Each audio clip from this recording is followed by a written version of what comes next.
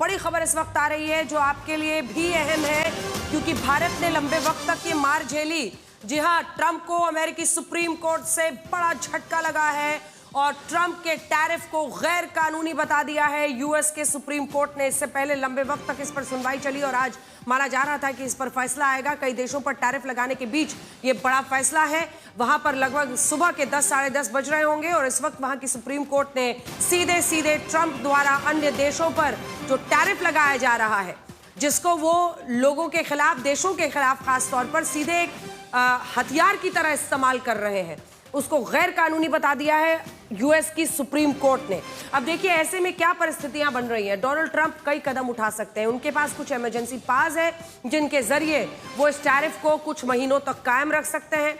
दूसरा, वो बिल लाकर दोनों सदनों में पेश करके कानूनी रूप से वैध बना सकते हैं टैरिफ को।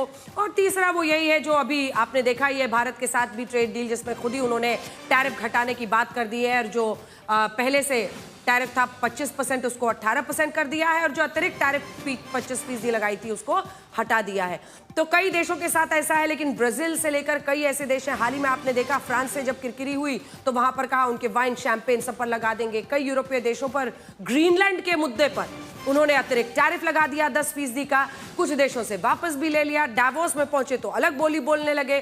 कई लोग ये मानते हैं कि अमेरिका और इस वक्त अमेरिका की नीति डोनाल्ड ट्रंप के नेतृत्व में टैरिफ को लेकर इतनी वॉलेटाइल हो गई है कि कई देशों पर असर पड़ता है। और आपको बताएं कि इससे पहले अमेरिकी सुप्रीम कोर्ट का आज फैसला आना था। अमेरिकी शेयर बाजार में भी इसकी वजह से काफी कौतूहल देखी गई और गिरावट देखी गई, क्योंकि कई लोग ये मान रहे थे कि यूएस का सुप्रीम कोर्ट टैरिफ लगाने के ऊपर एक, जिसको कहते हैं, एडवर्स फैसला दे सकता है और वही हुआ। यूएस सुप्रीम कोर्ट ने टैरिफ को अवैध बता दिया है। ये डोनाल्ड ट्रंप के लिए बहुत बड़ा झटका है, खासतौर पर ऐसे तमाम देश जिन पर उन्होंने एक सजा के तौर पर टैरिफ अतिरिक्त लगाया, कभी कोई बहाना करके। सोचिए, खुद रशिया से परमाणु संयंत्रों के लिए ऊर्जा खरीदते हैं, जैसा कि व्लादिमीर पुतिन ने आज तक के इंटरव्यू में कहा था। लेकिन भारत पर इसलिए पेनल्टी अतिरिक्त 25% का लगा दिया था क्योंकि रशिया से हम तेल लेते थे, कच्चा तेल।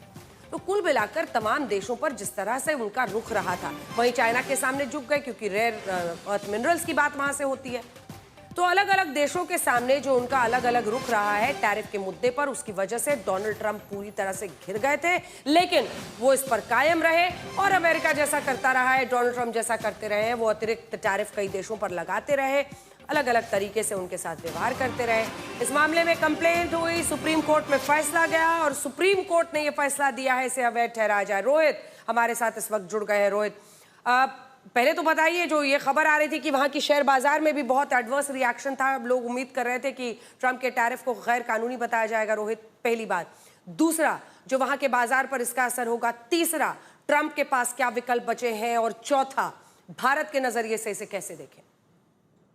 देखिए, ये एक्सपेक्टेड था। जिस तरह के आर्गुमेंट्स पेश किए गए थे नवंबर में कि कहीं ना कहीं हर किसी को पता था कि ये होने वाला है और इसी के चलते प्रेसिडेंट ट्रंप के जो एक बहुत खास है सेंट्रल इंस्टाग्राम, उन्होंने एक बिल इंट्रोड्यूस किया था, आपको याद होगा, दिसंबर में, क्योंकि एंटिसिपेशन कि अगर इस तरह से टैरिफ को सुप्रीम कोर्ट इलीगल ठहरा देती है तो वो कांग्रेस के थ्रू इसे लीगल बनाने की कोशिश करेंगे। तो पहली चीज, ये सबसे बड़ा विकल्प है प्रेसिडेंट ट्रंप के पास और इसमें हामी जो है वो करीब करीब 80 सेनेटर्स की है। तो अगर वो बिल वो लेके आते हैं तो शायद पास हो जाता है, पहला। दूसरा, प्रेसिडेंट ट्रंप एक और एग्जीक्यूटिव ऑर्डर साइन कर सकते हैं, 2 और पावर्स है उनके पास, लेकिन उसमें प्रॉब्लम यह है कि सिर्फ 6 महीने तक वैलिडिटी होगी टैरिफ्स की। तो कहीं ना कहीं आई थिंक मेजर सेटबैक जरूर है प्रेसिडेंट ट्रंप के लिए। करीब 1 साल कह सकते हैं 10 महीने से टैरिफ ने पूरी दुनिया में जो है विश्व में हड़कंप मचाया हुआ था, तो उसे इलीगल किया है सुप्रीम कोर्ट ने। और जहां तक स्टॉक मार्केट का सवाल है, देखिए, एंटिसिपेशन था, हम देखने को मिलेगा जिस तरह से हम अभी देख रहे हैं चीजों को, तो इंपैक्ट जरूर होगा। लेकिन प्रेसिडेंट ट्रंप के पास 2 तरीके और हैं, एक और एग्जीक्यूटिव ऑर्डर और दूसरा जो लिंडसे ग्राहम के साथ उन्होंने बिल पे तैयारी कर रहे थे, आई थिंक उसे पारित करने की कोशिश करेंगे प्रेसिडेंट ट्रंप। और रोहित, भारत इसको किस तरह से देखे, क्योंकि हमारे साथ तो 25% जो अतिरिक्त टैरिफ लगा दिया था रशिया के नाम पे, वो उन्होंने खत्म कर दिया, ऐलान कर दिया। 18% 25% को कर दिया है। लेकिन ये भी एक सच्चाई है कि लंबे वक्त तक जब ये 50% चला तो भारत के अलग अलग जो व्यापारी थे अलग अलग क्षेत्रों में, उनको उसका खामियाजा भी भुगतना पड़ा। लेकिन ये डोनाल्ड ट्रंप एक हथियार के तौर पर टैरिफ को इस्तेमाल करते हैं। It is very simple. वही फ्रांस ने ग्रीनलैंड के मुद्दे पर खिलाफ बोला, हम तुम्हारे वाइन पे शैंपेन पे लगा देंगे टैरिफ, उस पर 10% है, उसको धमकी के तौर पर इस्तेमाल करके और लगा भी दे रहे थे। ये वॉलेटिलिटी अगर वो अपने पास एक्सरसाइज करते हैं तब तो खत्म होगी नहीं। इस एंगल से अगर देखें तो सुप्रीम कोर्ट का ये फैसला कितना कारगर साबित हो सकता है? देखिए बिल्कुल, इनफैक्ट अभी सबसे बड़ी बात यह है कि जो 170 पेज का जो ओपिनियन लिखा गया है, इतनी कॉम्प्लिकेटेड लैंग्वेज है, लेकिन निष्कर्ष ये निकला है कि अभी तक सुप्रीम कोर्ट ने ये नहीं बताया कि जो टैरिफ कलेक्ट किए गए थे, और ये बहुत बड़ी बात है अंजना, जो टैरिफ कलेक्ट किए गए थे पिछले 10 महीनों में, क्या उसकी रिफंड प्रक्रिया होगी, नहीं होगी और किस तौर पे होगी, उसे ओपिनियन से बाहर रखा गया है। तो देखना होगा कि किस तरह से चीजें होती है। और जहां तक as a weaponising of tariff, I think उसका पर्पस सर्व हो चुका है। ट्रेड डील साइन हो चुकी है मेजॉरिटी ऑफ पार्टनर्स के साथ। यूरोपियन यूनियन के साथ ट्रेड डील नहीं है, तो इसका इंपैक्ट शायद वहां हमें देखने को मिल सकता है। और जहां तक भारत का सवाल है, देखिए हमारा एग्रीमेंट है अभी अमेरिका के साथ, मुझे नहीं लगता कि इस डिसीजन का उस पर कोई इंपैक्ट होने वाला है। अंजना, बहुत धन्यवाद रोहित आपका इस तमाम जानकारी के लिए। तो ट्रंप के टैरिफ को अवैध घोषित कर दिया है अमेरिका की सुप्रीम कोर्ट ने, लेकिन अब इस खबर के मायने क्या है, ट्रंप के पास क्या विकल्प है, ये हम आपको बताना चाहते हैं। देखिए अभी भी ट्रंप के लिए विकल्प खुले हुए हैं।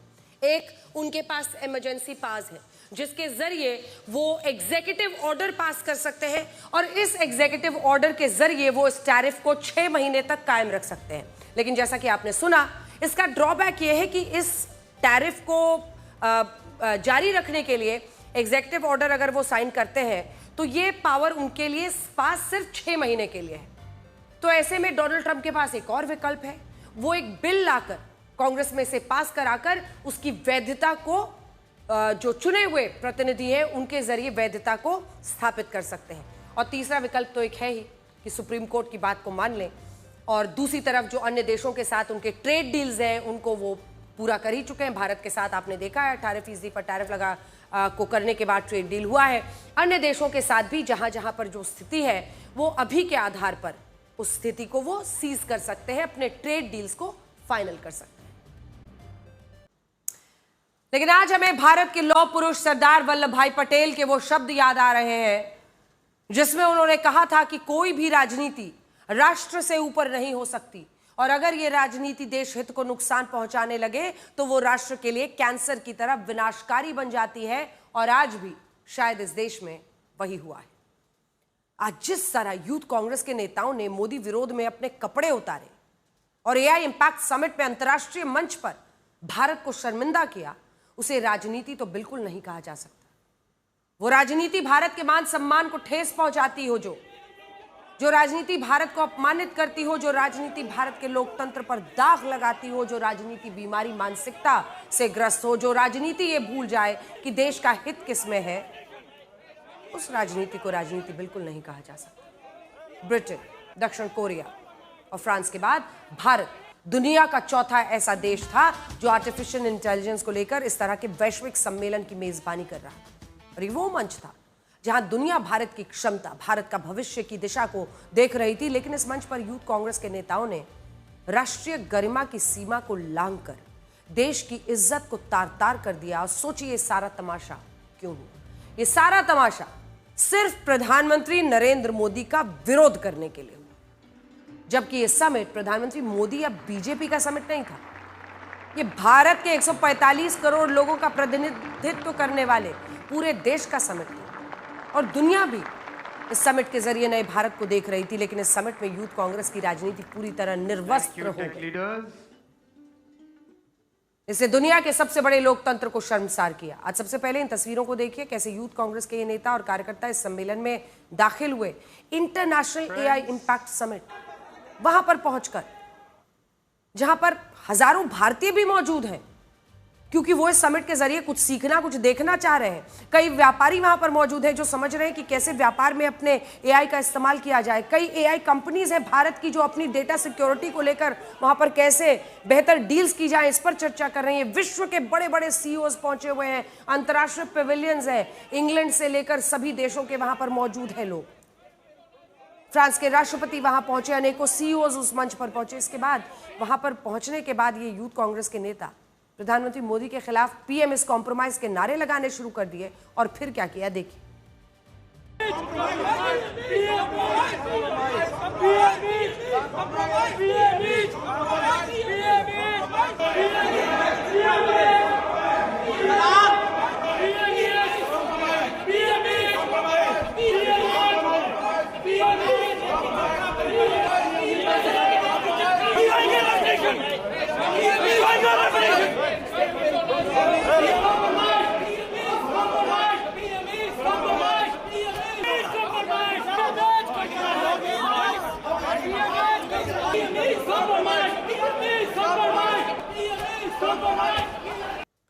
राष्ट्रहित में कभी कभी ये समझ भी जरूरी होती है कि कब विरोध को विराम देकर देश की सामूहिक छवि को प्राथमिकता दी जाए। बीमारी नहीं है, मतलब आप प्रधानमंत्री के खिलाफ विरोध कर सकते हैं, उसके लिए निर्धारित की गई है जगह जंतर मंतर, और मन करे तो रामलीला मैदान पर आप बड़ी सी रैली कीजिए, वरना जाना हो तो आप पीएम आवास के घर के बाहर तक पहुंचिए अपना विरोध जताने। लेकिन यहां दिखास और छपास के लिए यूथ कांग्रेस के इन कार्यकर्ताओं ने अपनी आर्टिफिशियल पॉलिटिक्स को एक्सपोज कर दिया। और हम तो ये कहेंगे कि इस तस्वीर में जितने भी नेता और कार्यकर्ता आपको दिख रहे हैं, ये सारे भारत के 145 करोड़ लोगों के दोषी हैं। और आज मैं बड़ी स्क्रीन पर इनके नाम आपको दिखाना चाहती हूं, ताकि इस देश को भी पता चले कि वो कौन से नेता हैं जिन्होंने भारत की छवि पर अपनी गंदी राजनीति का कीचड़ उछाला है। अगर ये विरोध प्रदर्शन बिना सोचे समझे, बिना साजिश के किया गया होता तो इसमें सिर्फ यूथ कांग्रेस के दिल्ली के नेता ही शामिल होते। लेकिन अभी इनमें जिन मुख्य आरोपियों का नाम आ रहा है, हमने आपको पहले ही बताया, एफआईआर दर्ज कर ली गई है, 4 आरोपी इनमें से फरार भी बताए जा रहे हैं। लेकिन जिन आरोपियों का नाम सामने आ रहा है वो बड़े बड़े पदों और राज्यों से है। इनमें सबसे बड़ा नाम है कृष्णा हरि का, जो पूरे देश में इंडियन यूथ कांग्रेस के राष्ट्रीय सचिव हैं। सबसे पहले कृष्णा हरि, दूसरे नंबर पर नाम है नरसिम्हा यादव, जो इंडियन यूथ कांग्रेस के नेशनल कोऑर्डिनेटर हैं। और ये ऐसे नाम है यूथ कांग्रेस के जिनसे अब कांग्रेसी भी इनकार नहीं कर रहे हैं, और उनको समझ ही नहीं आ रहा कि इसको डिफेंड करें या इसके खिलाफ बोलें। ये तेलंगाना राज्य से आते हैं, जो हमने आपको दिखाया, नरसिम्हा जी। इसके बाद तीसरे मुख्य आरोपी हैं कुंदन यादव, जो बिहार में यूथ कांग्रेस के राज्य सचिव हैं। ये देखिए अजय कुमार, जो कि यूपी उपाध्यक्ष हैं यूथ कांग्रेस के। इन्हीं सारे नेताओं ने आज भारत की राष्ट्रीय गरिमा की सीमा को लांघा है, और इसीलिए हमने सोचा कि आज उनके नाम आपको बताने चाहिए। क्योंकि भीड़ तंत्र में लोग कोशिश करते हैं कि भीड़ में जो जो करना हो करके भाग जाए, लेकिन उनके नाम उनके गली मोहल्लों तक आज पहुंचने चाहिए। यहां बहुत सारे लोग ऐसे भी हैं जो ये कह रहे हैं कि इंडियन यूथ कांग्रेस का सीधा संबंध कांग्रेस पार्टी से नहीं है। लेकिन ऐसे लोगों को हम इंडियन यूथ कांग्रेस की वेबसाइट दिखाना चाहते हैं, जिस पर साफ साफ लिखा है कि ये कांग्रेस पार्टी की छात्र इकाई है और ये कांग्रेस की फ्रंटल ऑर्गेनाइजेशन है। पढ़िए, यूथ कांग्रेस और कांग्रेस में क्या संबंध है ये आपको यहीं पर दिख जाएगा, क्योंकि ये राहुल गांधी की तस्वीर के साथ इंडियन यूथ कांग्रेस है। यूथ कांग्रेस की वेबसाइट, जो कि iyc.in पर उनके बारे में लिखा है, और ये साफ साफ कहते हैं youth Congress Indian national Congress की यूथ विंग है। और कांग्रेस पार्टी के भी जितने नेताओं से आज हमारी इस मुद्दे पर चर्चा हुई, उन सब ने स्वीकारा कि हाँ, ये हम लोग हमारे साथ जुड़े हुए हैं। लेकिन एक नैरेटिव फैलाने की कोशिश। अब आप इन दोनों तस्वीरों के साथ में देखिए, आज यूथ कांग्रेस के ये नेता प्रधानमंत्री मोदी के खिलाफ जो नारे लगा रहे थे, उस नारे का आविष्कार कांग्रेस नेता राहुल गांधी ने किया है। इसी महीने की 4 तारीख को संसद भवन के बाहर राहुल गांधी और कांग्रेस पार्टी के सांसदों ने इसी नारे के साथ प्रधानमंत्री मोदी के खिलाफ प्रदर्शन किया, जिस पर लिखा था पीएम इज कॉम्प्रोमाइज्ड। ये देखिए। और आज भी यूथ कांग्रेस के नेताओं ने एआई समिट में जो टी शर्ट्स लहराई, जो नारे लगाए, उनमें भी पीएम इज कॉम्प्रोमाइज्ड ही वो कहना चाह रहे थे। दोनों जगह यही किया गया। अब जानते हैं ये नारा क्यों लगाया जा रहा है। ये नारा इस आरोप के साथ लगाया जा रहा है कि भारत ने अमेरिका के साथ जो ट्रेड डील की, उसमें प्रधानमंत्री मोदी अमेरिका के राष्ट्रपति डोनाल्ड ट्रंप के दबाव में आ गए। उन्होंने भारत के किसानों, डेयरी उत्पादकों के हितों में समझौता कर लिया। और जिस दिन से इस डील का ऐलान हुआ, उसी दिन से राहुल गांधी और कांग्रेस के कई नेता प्रधानमंत्री मोदी पर बार बार लगातार कॉम्प्रोमाइज यानी बिक जाने का आरोप लगा रहे हैं। जबकि हकीकत यह है कि अमेरिका ने खुद इस बात को स्पष्ट किया है कि कृषि और डेयरी सेक्टर में जो उत्पाद और श्रेणियां पहले भारत में सुरक्षित रखी गई थी, उन्हें अब भी उसी स्थिति में रखा गया है। लेकिन इसके बावजूद राजनीति के लिए यह नारा लगातार उछाला जा रहा है, और हम तो कहते हैं कि आप जो नारा लगाना चाहते हो लगाओ। इस देश में राहुल गांधी और कांग्रेस के नेताओं ने जब प्रधानमंत्री मोदी के खिलाफ चौकीदार चोर है का नारा लगाया, तब भी उन्हें किसी ने नहीं रोका। और आज भी जब कांग्रेस पीएम इस कॉम्प्रोमाइज का नारा लगाना चाहती है, तो उसे कोई रोकने वाला नहीं है। लेकिन इस देश के भले के लिए कम से कम एआई समिट को तो बख्श देते, वहां तो इस राजनीति को लेकर नहीं जाते। और कपड़े क्यों उतारे? ये शर्टलेस प्रोटेस्ट नहीं था, ये शेमलेस, मीनिंगलेस और देश को होपलेस और हेल्पलेस दिखाने वाला विरोध प्रदर्शन था, जिसके लिए यूथ कांग्रेस के इन नेताओं को बिल्कुल भी माफ नहीं किया जा सकता। इसके अलावा यूथ कांग्रेस के नेता भले इस विरोध प्रदर्शन कहेंगे, लेकिन इस देश के लोगों के लिए ये गंदी राजनीति है, बेशर्मी है। अरे हमारे यहाँ तो सिखाया जाता है कि कोई भी मेहमान घर में आए घर वाले अच्छे से बच्चों को भी बता देते हैं कि शांति से अच्छे से बैठना, अच्छा व्यवहार करना, ताकि वो हमारे बारे में अच्छा सोच कर जाए। और यहां पर तो देशों की बात है, अंतर्राष्ट्रीय मंच की बात है, भारत की अर्थव्यवस्था की बात है, भारत की दिशा नीति भविष्य की बात है। आप इन तस्वीरों से समझिए इस बात को। इस एआई समिट में 100 से ज्यादा देशों के प्रतिनिधि, 60 से ज्यादा मंत्री उपमंत्री अन्य देशों के, 20 से ज्यादा देशों के राष्ट्राध्यक्ष, 500 ग्लोबल लीडर्स और 50 से ज्यादा बड़ी और अंतर्राष्ट्रीय कंपनियों के सीईओ शामिल हुए। इनमें भी ओपन एआई के सीईओ सैम ऑल्टमैन, गूगल के सीईओ सुंदर पिचाई, एंथ्रोपिक के CEO Dario Amodei, Google DeepMind के सीईओ डेमिस हसाबिस, माइक्रोसॉफ्ट के vice chair and president Brad Smith, Adobe के सीईओ शांतनु नारायण और क्वालकॉम के सीईओ क्रिस्टियानो अमोन सब शामिल हैं। जबकि फ्रांस के राष्ट्रपति इमैनुअल मैक्रोन, ब्राजील के राष्ट्रपति लुला डी सिल्वा, अबू धाबी के क्राउन प्रिंस खालिद बिन मोहम्मद, स्पेन के राष्ट्रपति पेड्रो सांचेज, ब्रिटेन के उप प्रधानमंत्री डेविड लैमी और संयुक्त राष्ट्र के महासचिव एंटोनियो गुटेरेस ने इसमें हिस्सा लिया। और ये मंच भारत के लिए उसका बड़ा, सबसे बड़ा एआई मोमेंट था।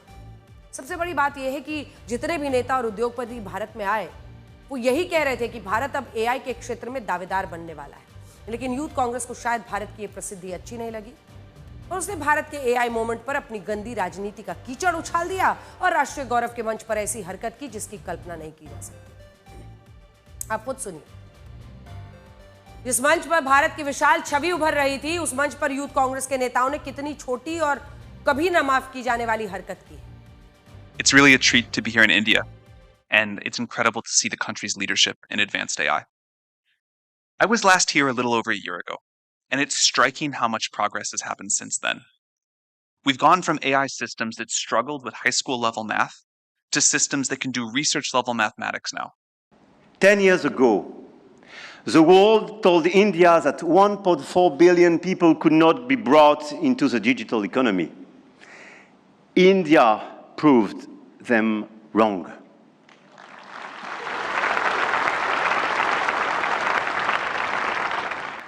Prime Minister Modi and distinguished leaders, it's wonderful to be back in India. Every time I visit, I'm struck by the pace of change, and today is no different. Back when I was a student, I often took the Coromandel Express train from Chennai up to IIT Kharagpur. To get there, we passed through Visakhapatnam, Vizag. I remember it being a quiet and modest coastal city brimming with potential. Now in that same city, Google is establishing a full-stack AI hub, part of our $15 billion infrastructure investment in India. Meeting in India has special meaning. It brings this conversation closer to the realities shaping much of the world. Because the future of AI cannot be decided by a handful of countries or left to the whims of a few billionaires. Congress के कई नेता इस विरोध प्रदर्शन को गलत नहीं मान रहे, बल्कि वो इसका बचाव भी कर रहे हैं और ये कह रहे हैं कि जब 2010 में दिल्ली में कॉमनवेल्थ गेम्स का आयोजन हुआ था, तब बीजेपी के नेताओं ने भी इसी तरह विरोध प्रदर्शन किया था, जिससे अंतर्राष्ट्रीय स्तर पर भारत की छवि खराब हुई। लेकिन सच कहे तो आरोप प्रत्यारोप के लिए भी उस मामले को आज के मामले से कितना जोड़ा जाए।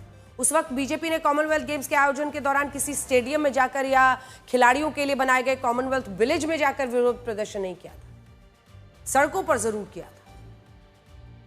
लेकिन यूथ कांग्रेस के नेताओं ने आज उस जगह पर जाकर यह प्रदर्शन किया है, टी शर्ट्स उतारी हैं। मतलब क्यों? जहां पर यह समिट चल रहा था, ये नेता तो एआई समिट में ही पहुंच गए, जबकि ये समिट अभी खत्म नहीं हुआ है। अगर प्रदर्शन करना ही था तो प्रदर्शन सड़कों पर करते, लेकिन भारत मंडपम में जो हुआ वो सही नहीं।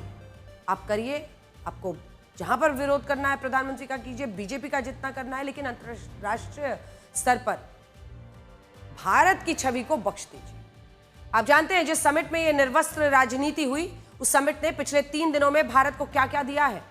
अब भारत 16 लाख करोड़ रुपए के निवेश से आंध्र प्रदेश के विशाखापट्टनम के पास एआई सिटी बनाने जा रहा है, जहां हमारा डेटा हमारे देश में ही रहेगा और एआई इंफ्रास्ट्रक्चर के मामले में भारत एक बड़ी महाशक्ति बन जाएगा।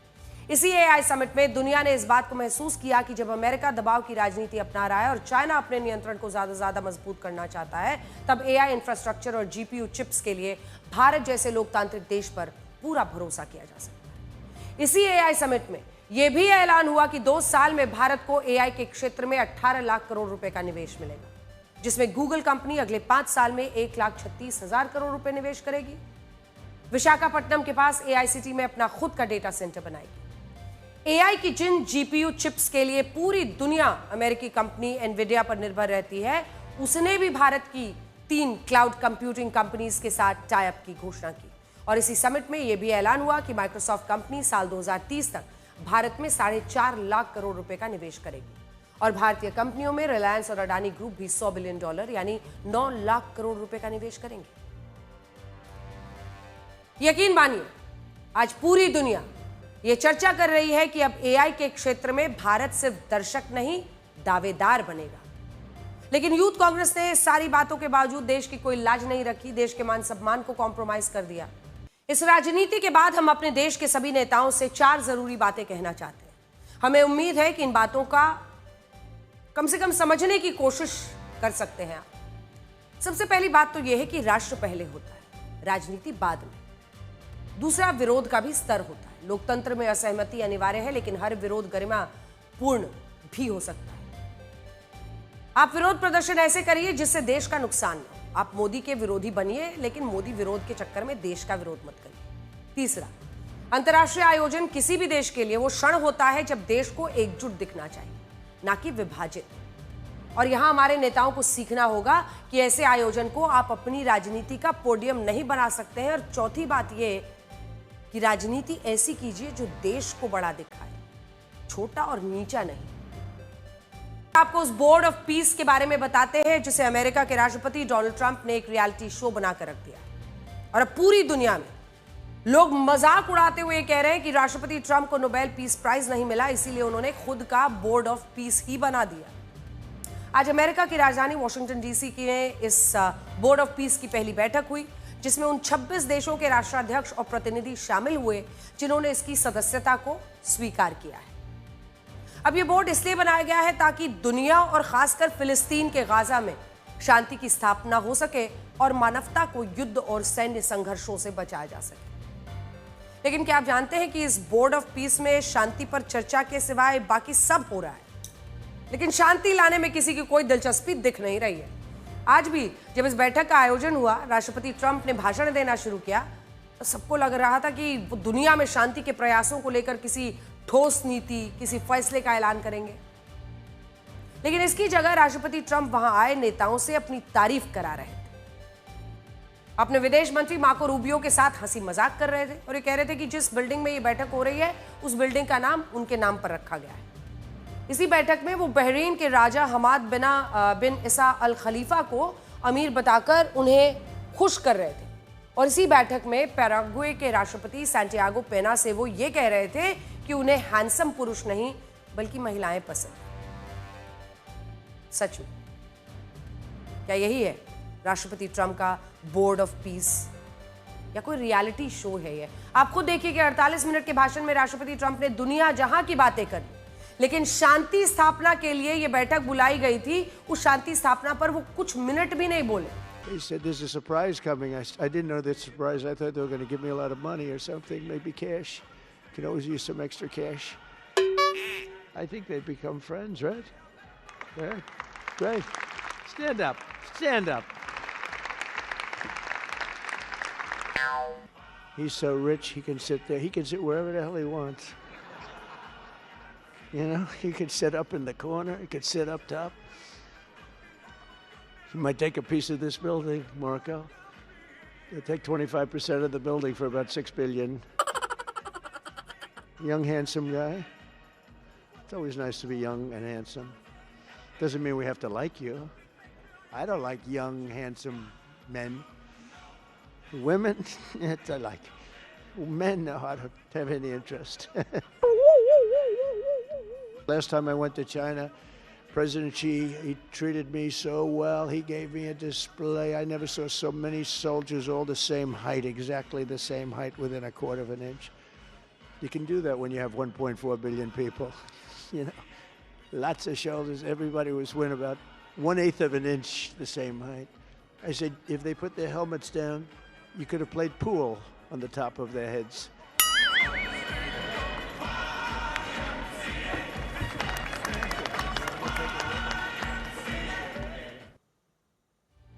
बहुत कम लोग इस बात को जानते हैं कि राष्ट्रपति बनने से पहले अमेरिका में डोनाल्ड ट्रंप का एक रियलिटी शो आता था जिसका नाम था द अप्रेंटिस। और ये रियलिटी शो अमेरिका में काफी पसंद किया जाता गया। और जानते हैं उस रियलिटी शो में आज हुई बोर्ड ऑफ पीस की बैठक में ज्यादा अंतर नहीं था, क्योंकि उस रियलिटी शो में भी राष्ट्रपति ट्रंप अपने कॉन्टेस्टेंट्स के साथ मजाक करते थे और इस बोर्ड ऑफ पीस की बैठक में भी उन्हें ऐसा ही करते देखा गया। जबकि हमें लगता है कि शांति का मुद्दा एक ऐसा गंभीर मुद्दा है जिस पर वहां संजीदगी दिखनी चाहिए थी, लेकिन हुआ क्या? इससे भी दिलचस्प बात यह है कि इस बैठक में पाकिस्तान के बूट पॉलिश पीएम शहबाज शरीफ की बहुत बेइज्जती हुई है। एक पल तो ऐसा आया जब राष्ट्रपति ट्रंप ने शहबाज शरीफ का नाम लिया तो वो अपनी कुर्सी से उठकर खड़े हो गए और ऐसा लग रहा था कि राष्ट्रपति ट्रंप इस बोर्ड ऑफ पीस की बैठक में शहबाज शरीफ के रिंग मास्टर हैं। आप खुद देखिए।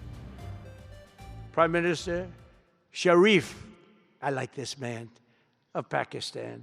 I think you should actually stand. Come, please, stand just for a second. Pakistan and India, thank you very much. And I spoke to Prime Minister Modi. He's excited. He's watching us right now. Egypt and Ethiopia. Your timely and very effective intervention to achieve ceasefire between India and Pakistan potentially averted loss of tens of millions of people. You have truly proved to be a man of peace. And let me say, Mr. President, you are truly savior of South Asia. खैर, इस बैठक में राष्ट्रपति Trump ने एक बार फिर से यह दावा किया कि उन्होंने भारत पाकिस्तान का युद्ध रुकवाया और उन्होंने यह भी कहा कि इस युद्ध में कुल 11 लड़ाकू विमान नष्ट हुए, जबकि जुलाई 2025 में इन्हीं लड़ाकू विमानों की संख्या उन्होंने 5 बताई थी। अगस्त में 6 बताई, अक्टूबर में 7 बताई, नवंबर में 8 बताई, इस महीने की 10 तारीख को यही संख्या 10 बताई और आज वो पहुंच गए 11। हर महीने के साथ एक जोड़ गए। 11 लड़ाकू विमान इस युद्ध में नष्ट हुए, कहा उन्होंने। यानी राष्ट्रपति ट्रंप को यह तो याद रहता है कि उन्हें भारत पाकिस्तान के सीजफायर का श्रेय लेना है, लेकिन उन्हें यह याद नहीं रहता कि कितने लड़ाकू विमान नष्ट हुए, कितना बताना है। हर बार संख्या बढ़ा देते हैं। You had India, Pakistan, that was going. In fact, planes were being shot out of the air. 4 or 5, but I think 5 jets were shot down actually. And 4 or 5, but I think 5 jets. Planes were being knocked out of the air. 6 or 7 planes came down. 6 or 7 planes came down. The war with India and Pakistan, that was the next level. That was going to be a nuclear war. They already shot down 7 jets. That was raging. Shot down 7 jets. 4 or 5, but I think 5 jets. Shot down 7 jets. 8 planes, 7 planes were shot down. An 8th was really badly wounded. But 8 planes were shot down essentially. And oh, well, they weren't fighting. They were fighting. 11 jets were shot down. 11 jets were shot down. Very expensive jets. राष्ट्रपति Trump के इन सारे बयानों को सुनकर हमें वही line याद आ रही है कि सच को याद रखना आसान होता है, जबकि झूठ को याद रखना बहुत मुश्किल।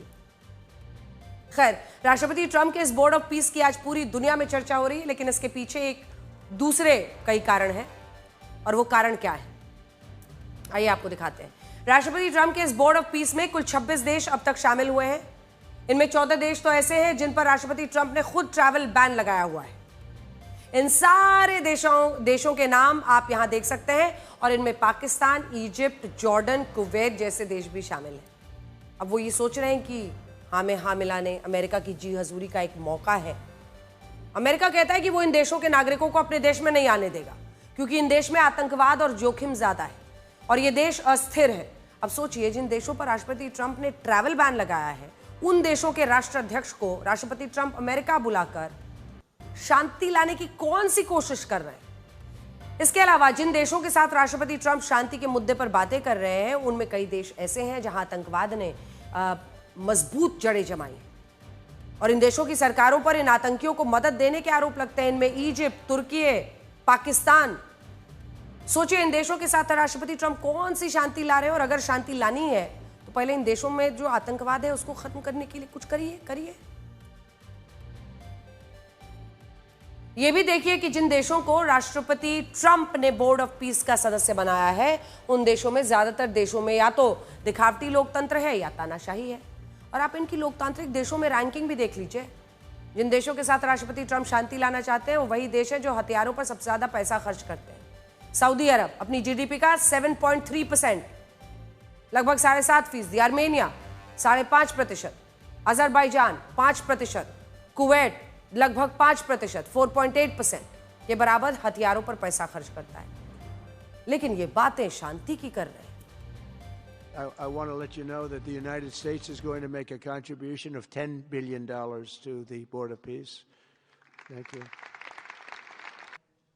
Azerbaijan, UAE, Morocco, Bahrain, Qatar, Saudi Arabia, Uzbekistan, and Kuwait have all contributed more than $7 billion toward the relief package. That's great. Thank you, fellas. Thank you. आपको ये बताते हैं कि छत्रपति शिवाजी महाराज के देश में अगर भारत को लूटने आए मुगल शासक बाबर के नाम पर बाबरी मस्जिद बनाई जा सकती है, तो इसी देश में छत्रपति शिवाजी महाराज की जयंती मनाना सांप्रदायिक कैसे हो सकता है? ये तस्वीरें कर्नाटक के बागलकोट से आई हैं, जहां 19 फरवरी को उस शोभा यात्रा पर एक मस्जिद के पास से पत्थर, जूते, चप्पल फेंके गए, जो शोभा यात्रा छत्रपति शिवाजी महाराज की जयंती पर निकाली जा रही है। आखिर इसी देश में ऐसे अलग अलग हिस्से क्यों बन जाते हैं, जहां से अगर कोई हिंदू यात्रा या अगर कोई छत्रपति शिवाजी महाराज की यात्रा निकले तो वहां से बचने की जरूरत हो? स्थानीय पुलिस के मुताबिक इस शोभा यात्रा के लिए हिंदू पक्ष को पहले से अनुमति दी गई थी और इसके लिए इस जुलूस में पर्याप्त पुलिस बल को भी तैनात किया गया था। लेकिन इसके बावजूद जब यह जुलूस बागलकोट की एक मस्जिद के पास पहुंचा तो वहां मौजूद 8 से 10 लोगों ने पथराव शुरू कर दिया। और हमारे पास इस घटना का एक वीडियो भी है जिसमें 3 चीजें दिखाई दे रही हैं। इनमें पहली तस्वीर में यह दिख रहा है कि जब यह घटना हुई उस वक्त यह जुलूस मस्जिद के बिल्कुल सामने से गुजर रहा था। दूसरी तस्वीर में यह दिख रहा है कि मस्जिद परिसर में इकट्ठा लोग इस जुलूस और इसमें बजाए जा रहे गानों का विरोध कर रहे थे और पुलिस उन्हें रोकने की कोशिश कर रही थी। और तीसरी तस्वीर में यह दिख रहा है कि पुलिस के रोकने के बावजूद मस्जिद की तरफ से छत्रपति शिवाजी महाराज की जयंती पर जुलूस निकालने वाले लोगों पर पत्थर और चप्पल फेंकी जाती है और इस पथराव में एसपी सिद्धार्थ गोयल खुद घायल हो जाते हैं। इस घटना के बाद बहुत सारे लोग ये दलील दे रहे हैं कि हिंदू पक्ष को मस्जिद के सामने से जुलूस निकालने की क्या जरूरत थी और क्या यह जुलूस किसी और रास्ते से नहीं निकाला जा सकता था। लेकिन यहां हमारा सवाल यह है कि इस देश में यह कब और किसने तय कर दिया कि हिंदू मस्जिद के सामने से जुलूस नहीं निकाल सकते? और क्या छत्रपति शिवाजी महाराज भारत के नायक नहीं है? और अगर वो भारत के नायक हैं तो हर नागरिक के नायक हैं और मुसलमान मंदिर के सामने से जुलूस नहीं निकाल सकता, ये कैसे, किसने तय कर दिया? आप ये सोचिए कि ये जुलूस पाकिस्तान के बालाकोट में नहीं निकाला जा रहा है ना, जिस पर इतना विवाद किया जाता।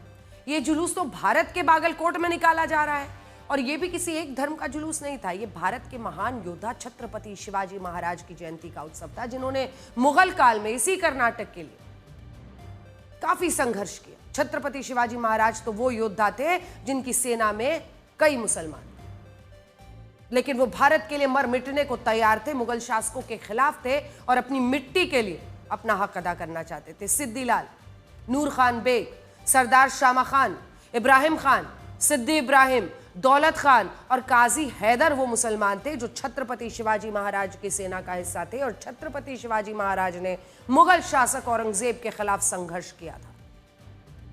लेकिन जिस बात ने उन्हें सबसे अलग बनाया था वो ये थी कि उन्होंने मस्जिदों और कुरान को भी कभी नुकसान नहीं पहुंचने दिया और ऐसे हिंदवी साम्राज्य की नींव रखी जो हिंदुस्तान के लोगों को परिभाषित करता था और मुस्लिम आक्रांताओं के, आक्रमणकारियों से सावधान करता था। लेकिन दुख की बात है, लोगों के दिमाग में ये सब ठूस दिया गया है, भर दिया गया है कि मुगलों को लेकर, अगर जो मुसलमान है इस देश का, उनको मुगलों की तरफ ही अपनी सहानुभूति रखनी चाहिए और जो मुगलों के खिलाफ था उसके खिलाफ। वरना हमने आपको दिखाया ना कितने मुस्लिम थे उनकी सेना में।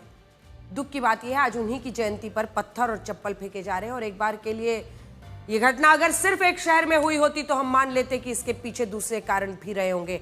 लेकिन आप हैदराबाद के अंबरपेट की इस घटना को देखिए जहां एक मस्जिद के सामने से छत्रपति शिवाजी महाराज की शोभा यात्रा निकालने पर हिंदू और मुस्लिम पक्ष के बीच विवाद हो गया। स्थिति यह हो गई कि पुलिस को वहां आंसू गैस के गोले दागने पड़े। अब हम अपने देश की सबसे बड़ी डिजिटल समस्या की बात करेंगे, जो है रील्स बनाने का चस्का। आज की स्थिति में रील्स बन जाए चाहे जान चली जाए।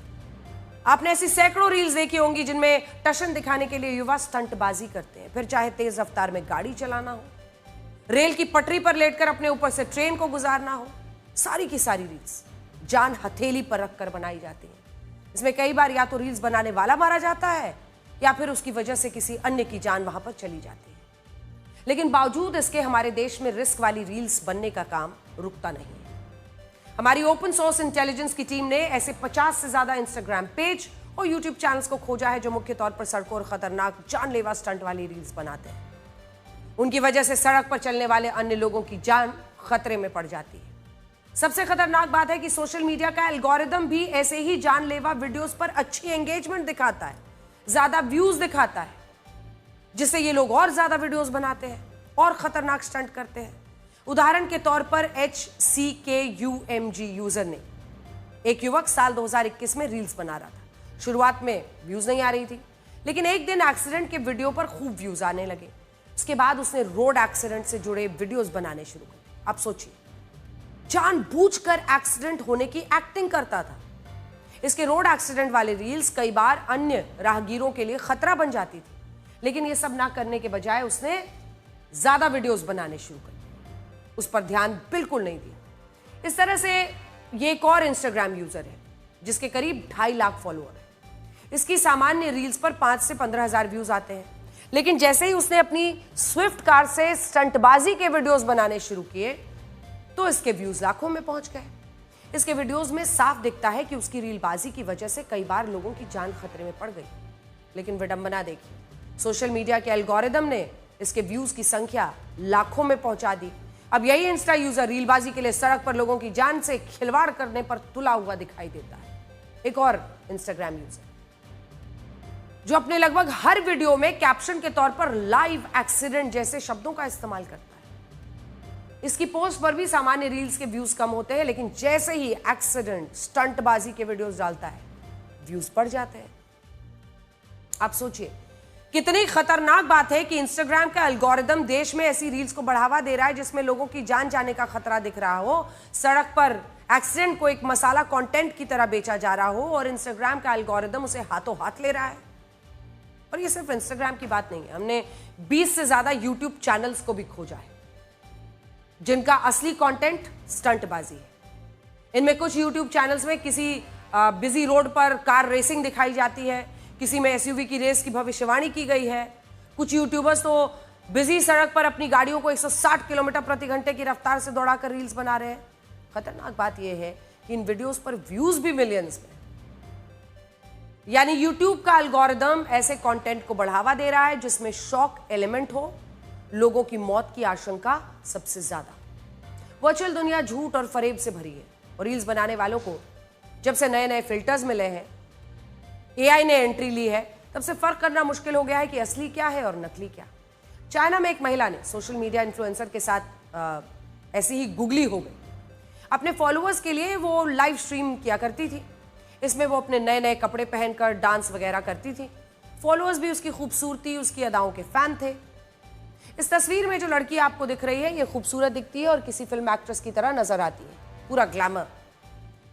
हम समझ सकते हैं कि आखिर सोशल मीडिया पर इसके लाखों की संख्या में क्या इसी वजह से फैंस थी जो इनको फॉलो कर रही थी। ये आज पूछने की जरूरत है, क्योंकि आपको यकीन नहीं होगा लेकिन ये सब कुछ फिल्टर का कमाल था जिसकी वजह से माना जा रहा है कि ये इस तरह की दिखती थी। इसका पता तब चला जब अचानक एक दिन उनके सोशल मीडिया फिल्टर में ग्लिच आई। ग्लिच आने की वजह से खराबी आ गई और लाइव स्ट्रीम के दौरान इस इन्फ्लुएंसर का जो विदाउट फिल्टर चेहरा था वो दिखने लगा।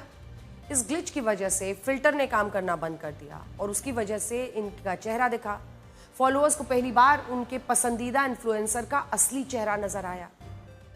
चाइनीज इन्फ्लुएंसर का असली चेहरा दिखने के बाद उसके 1.5 लाख फॉलोअर्स बैकआउट कर गए, कम हो गए, अनफॉलो कर दिए। जैसे ही उसका असली चेहरा दिखा, लोगों ने अनफॉलो करना शुरू कर दिया। बस यही है रील्स में दिखने वालों और उसकी असली जिंदगी का फर्क। हम ये नहीं कह रहे हैं कि सारे इन्फ्लुएंसर्स झूठ दिखाते हैं, लेकिन फिल्टर्स और एआई के ज़माने में ज़्यादातर अब ऐसा ही करने लगे। और दूसरी तरफ आप उन फॉलोअर्स को देखिए जो फिल्टर के साथ तो उनको पसंद कर रहे थे, लेकिन जैसे उनको सजा देने के मूड में जैसे ही बिना फिल्टर का चेहरा दिखा वो अनफॉलो करने लगे। मतलब कंटेंट में उनका इंटरेस्ट नहीं था, वो कैसी दिखती थी इसमें उनका इंटरेस्ट था। आप में से बहुत सारे लोग इन मोहतरमा को भी जानते होंगे। ये इनका नाम है तन्वी जोशी। इंस्टाग्राम की खूबसूरत शायरा कहलाती हैं। इंस्टाग्राम पर इनके 2 लाख से ज़्यादा फॉलोअर्स हैं।